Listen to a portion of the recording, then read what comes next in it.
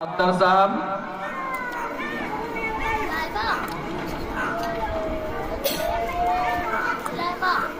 اب میں ان کے بعد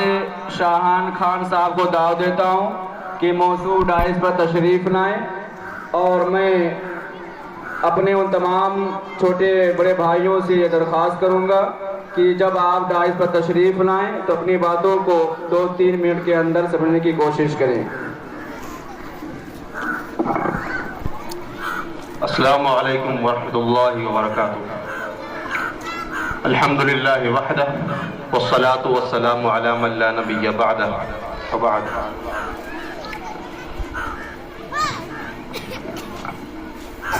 صدر مجلس، مہمانان گرامی اور عزیز طلبہ و طالبات، معلم و معلمات، میں آج یوم جمہوریہ کے موقع پر آپ تمام لوگوں کا پرزور استقبال کرتا ہوں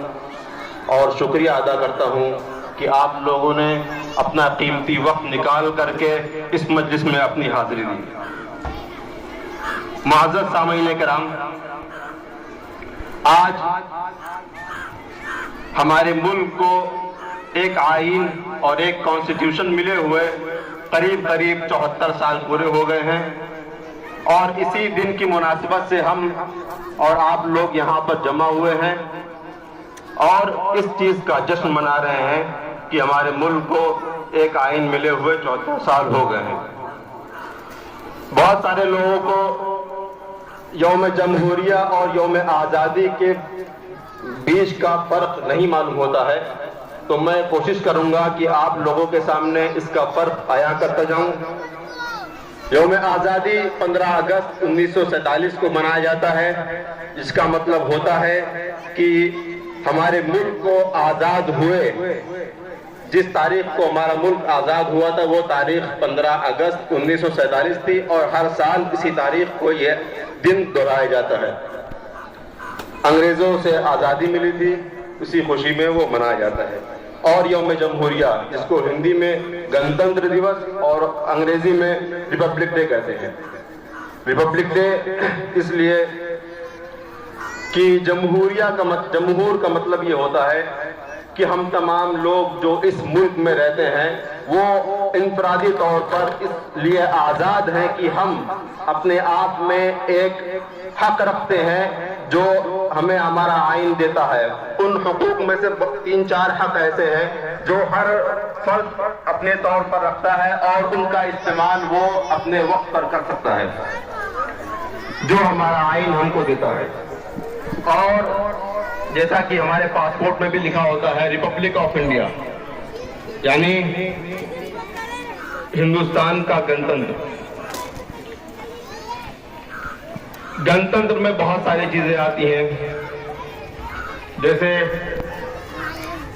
ہمارے ملک میں ہم اس بات کے مستحق ہیں کہ ہم اپنے ایریا کے کانسٹیٹیوشن اسمبلی میں یا لیجسلیٹو اسمبلی میں اپنے طور پر جس بھی نمائندے کو چننا چاہیں اس کو اپنا ووٹ دے سکتے ہیں، اور اس کا ہم کو پورا حق ملتا ہے، اور وہی نمائندہ جا کر کے آگے ہمارے ملک کی نمائندگی، ہمارے ضلع کی نمائندگی یا ہمارے علاقے کی نمائندگی کرتا ہے۔ اس بات کا حق ہم کو ملتا ہے۔ اور 26 جنوری 1950 میں ہمارے ملک میں ایک آئین نصب ہوا، بہت سارے ممالک سے اکٹھا کر کے، الگ الگ ممالک سے لا کر کے، جیسا کہ ابھی احتشام بھائی نے بتایا، آئرلینڈ، USA، UK اور تمام ممالک سے اکٹھا کر کے الگ الگ کانسٹیٹیوشن کو اکٹھا کیا، اور اس میں ایک اپنی کتاب بنائی جو ہمارے ملک ہندوستان کے لیے بنی،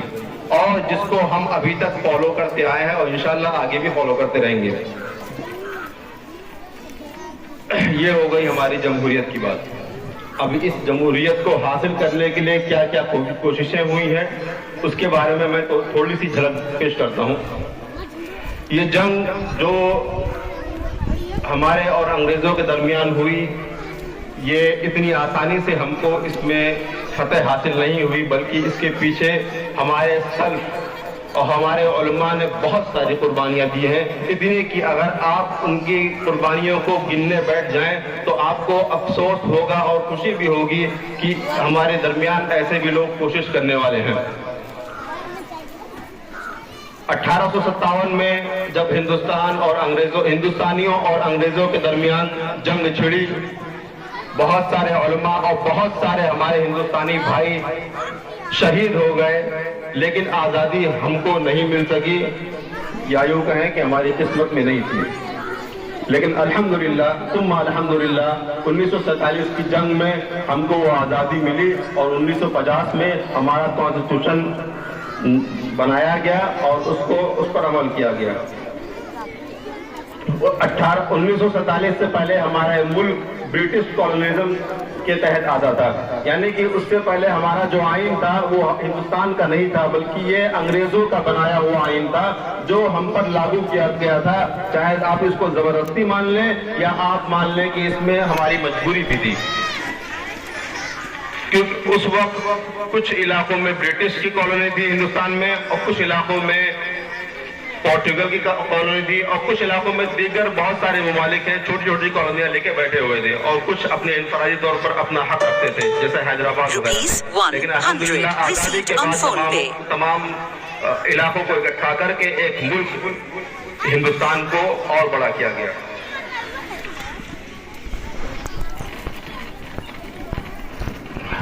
آج میں اپنی تمام باتوں کو ختم کرتا ہوں، اور میں آپ کو بتانا چاہتا ہوں کہ ہمارا جو آج فلیگ ہوسٹنگ ہوگا دلی میں،